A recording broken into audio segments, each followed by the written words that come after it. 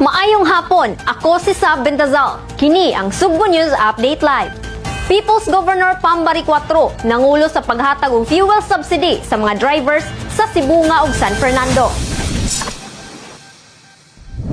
Tag 3,000 pesos nga cash assistance ang gihatag sa mga qualified nga habal-habal drivers ug tag 10 kilos nga bugas.